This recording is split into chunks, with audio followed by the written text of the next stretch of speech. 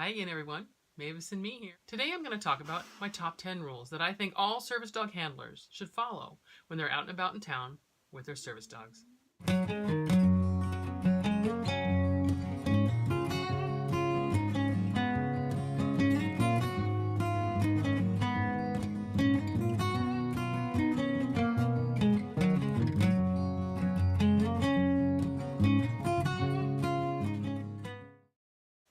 This list is based on my personal opinion. I know that not all service dog teams are going to follow all my rules specifically, but I think it's a good start towards being aware of service dog team etiquette. Number 1. Your dog should be almost invisible. People shouldn't hear it, smell it, or see it until it moves out from under your table or is walking calmly by your side. You should feel pride when someone comments, "Wow, I didn't even know that dog was in here." When you hear people say things like this, well, you know you're doing something right. Number 2.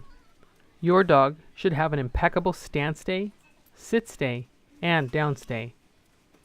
At any moment, you should be able to stuff your end of the leash into your pocket or drop it on the ground and take care of business without worrying that your dog is going to run off or initiate attention from a stranger.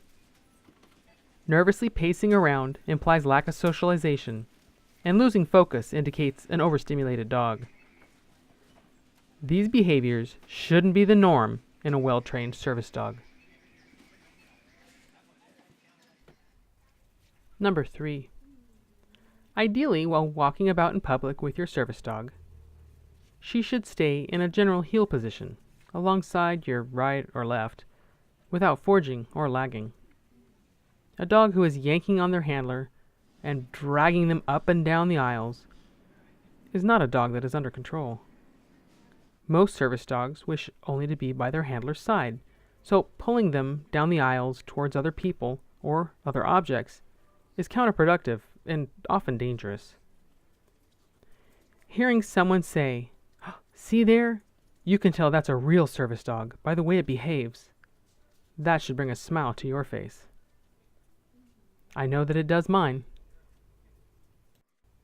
Number 4. Service dogs should ignore other humans and animals. This is a tough one for most dogs because of the lack of consistency among those distractions. It might be easy for your service dog to walk past another dog who ignores her, but she will likely feel anxious walking past another dog who is barking and leaping towards her in a threatening manner, especially if she's been attacked in the past. Same goes for other humans. She might breeze past the guy making kissy noises down the aisle, but the 6-year-old who yells, "Here, doggy," and smells of a maple donut might prove too overwhelming.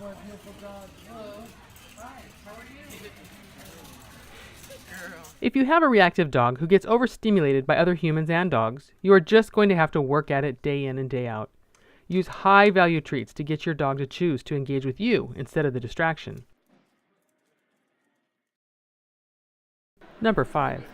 Service dogs should generally stay on the floor.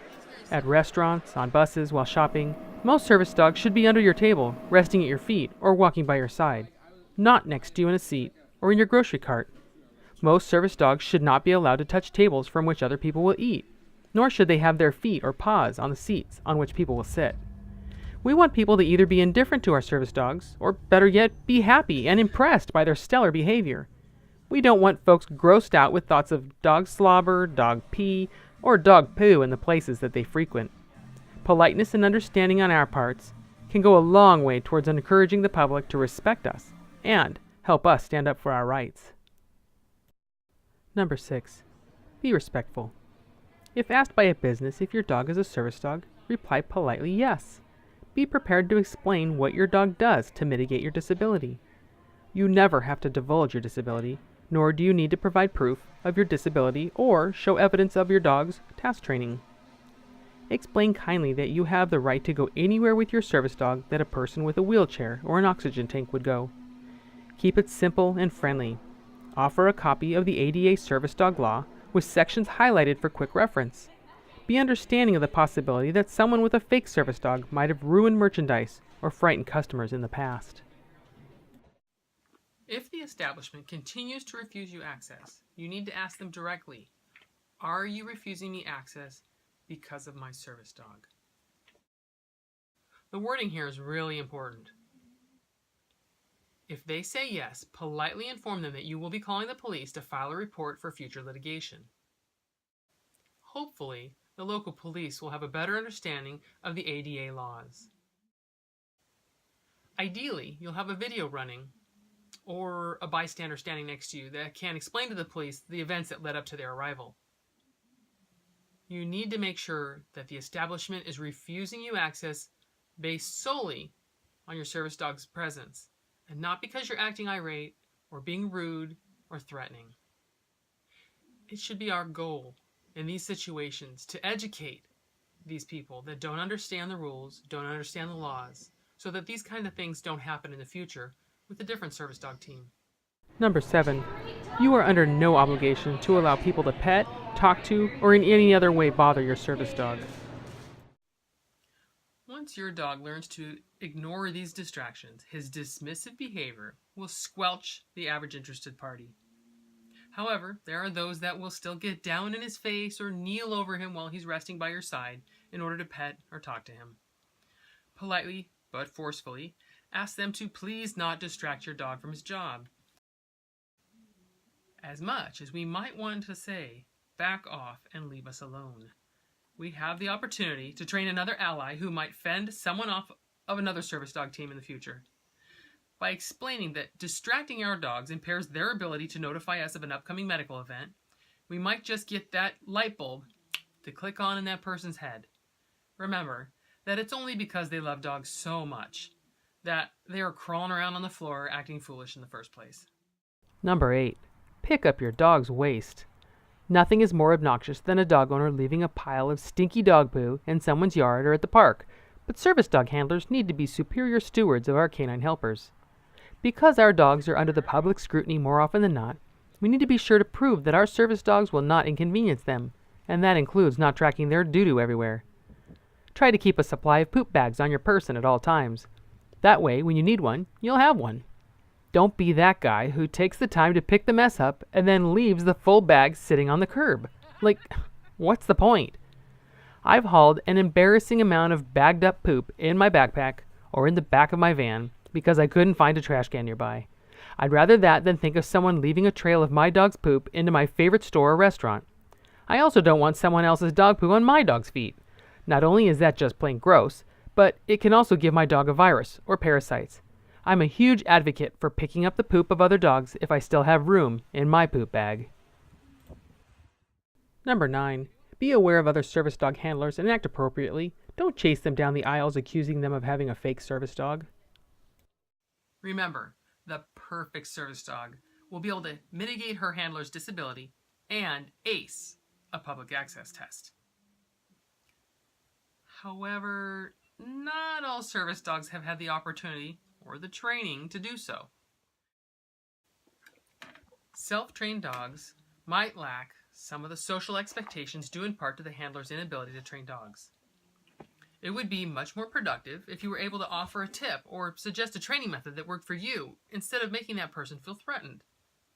And wouldn't you feel awful if you found out that they did have a tried and true disability that dog helped to mitigate? No doubt, a large portion of the people we encounter are misrepresenting their dogs as service dogs. But if they fully understood why it can be dangerous for our service dogs to come upon a poorly behaved dog in public places, they might decide to leave the dog at home next time. Or, even better, enroll him in a training class so he acts more appropriately in the future. Honestly, if that guy's dog acts 100% perfect in public, minding his own business and behaving, I don't even care if he has the dog there. It's more about me getting the things done that I need to get done in a day without strife or worry than it is about me calling out a fake service dog team. And finally, number 10. I believe it is our right, if not our duty, to contact management when we see another dog in a service dog only establishment that is acting aggressively towards any human or our service dogs. Misbehavior is bad enough, but a dog that is dangerous should be removed immediately. The last thing we want to read about is a service dog that bit a person in a public store, or worse, a dog that launches onto our dogs and causes injury. I'm sure there are other rules that I could come up with, and no doubt some of you have your own set of rules that you work under. Ultimately, it's about a service dog handler's getting through a day just like anyone else. However, just because we have the right to have our dogs with us all the time doesn't give us the right to treat others with disrespect or to act entitled. Kindness and understanding can go a long way. Thanks again for watching. Feel free to subscribe if you like what I've got going on here. And if you want to leave a comment down below, I sure love to hear from you. All right, until next time, bye.